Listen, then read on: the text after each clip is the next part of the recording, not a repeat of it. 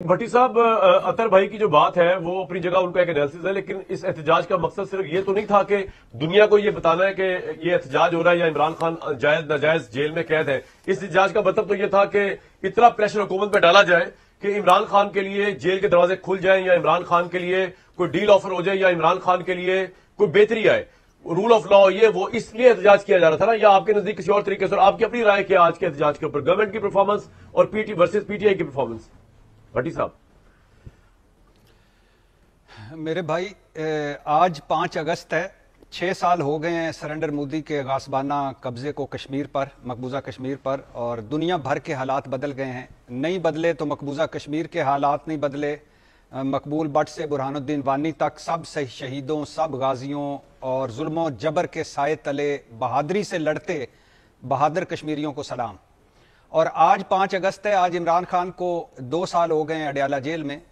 ये तारिक फजल चौधरी साहब मेरे साथ हैं, और ये कहा करते थे कि 2 दिन जेल नहीं काट सकेगा, इक्तदार से निकलेगा लंदन चला जाएगा, और इक्तदार से निकलेगा तो पार्टी भी तितर बितर और ये भी तितर बितर, और इक्तदार से निकलेगा तो सब नशे उतर जाएंगे। वो इन सारों के इमरान खान ने नशे उतार दिए। और कोई आप देख लें, अब तक कोई प्राइवेट अस्पताल नहीं, कोई वो सोहेल वड़ाई साहब कह चुके हैं कि एक मरतबा मैं 100 सोहेल वड़ाई साहब के अल्फाज में कि मैं 100% जिम्मेदारी के साथ कहता हूं कि अली अमीन गंडापुर डील की ऑफर लेकर गए और कहा कि आपको बनीगाला शिफ्ट करते हैं, आपने खामोश रहना है, तो उन्होंने आगे से जूती उतार ली।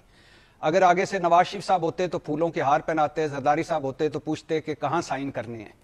तो ये तीसरी बात भाईजान जो आपका सवाल है, इसमें कोई शक नहीं, और मुझे कोई तवक्को नहीं थी कि पूरा मुल्क सड़कों पर निकलेगा। मुसलसल इhtजाज पाकिस्तान तहरीक इंसाफ का 3 सालों में, मुसलसल गिरफ्तारियां, मुसलसल क्रैकडाउन, मुसलसल खौफ व हिरास की फजा और पार्टी इख्तलाफात। तो लेकिन फिर भी जितने लोग निकले तवक्कुआत से ज्यादा निकले। और आज 5 अगस्त के दिन कितना अच्छा होता। सवाल यह बनता था कामरान भाई आज हमारा कि आज के दिन जब हम मकबूजा कश्मीर के हालात पर तबसरा भी कर रहे हैं और वहां के हालात को भी सामने रख रहे हैं, आज के दिन दफा 144 ना होती तो कितना अच्छा होता। सवाल यह भी है कि आज के दिन पकड़ धकड़ ना होती तो कितना अच्छा होता। आज के दिन कहते कि आप कर लें एहतजाज, रैली निकाल लें, जुलूस निकाल लें और तकरीरें कर लें, मगर एक और कोई रेड लाइन अबूर करता तो उसे गिरफ्तार कर लिया जाता। यही तारिक फजल साहब थे, और इनके इमरान खान का दौर था। इन्होंने जलसे किए, जलूस किए, रैलियां निकाली, एहतजाज किए, लॉन्ग मार्च किए, कभी इस तरह नहीं किया गया।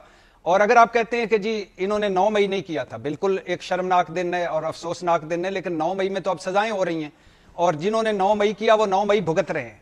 तो लिहाजा आज के एहतजाज को अगर सामने रखा जाए तो ये क्या कम है कि पिछले 1 महीने से हम यही एहतजाज और इमरान खान के बेटे आ रहे हैं, नहीं आ रहे, कौन निकलेगा कौन नहीं निकलेगा, कितने निकलेंगे कितने नहीं निकलेंगे, ये डिस्कस कर रहे हैं।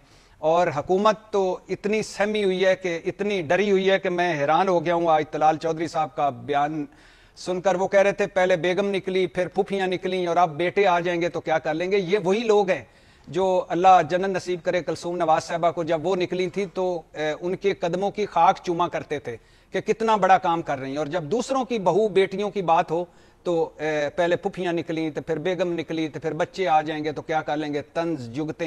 कोई बात नहीं। बुनियादी तौर पे इशू ये है कि पाकिस्तान तहरीक इंसाफ आप कह सकते हैं कि जो उसने सियासी गलत फैसले किए, ब्लंडर्स किए, उनकी सजाएं भुगत रही है।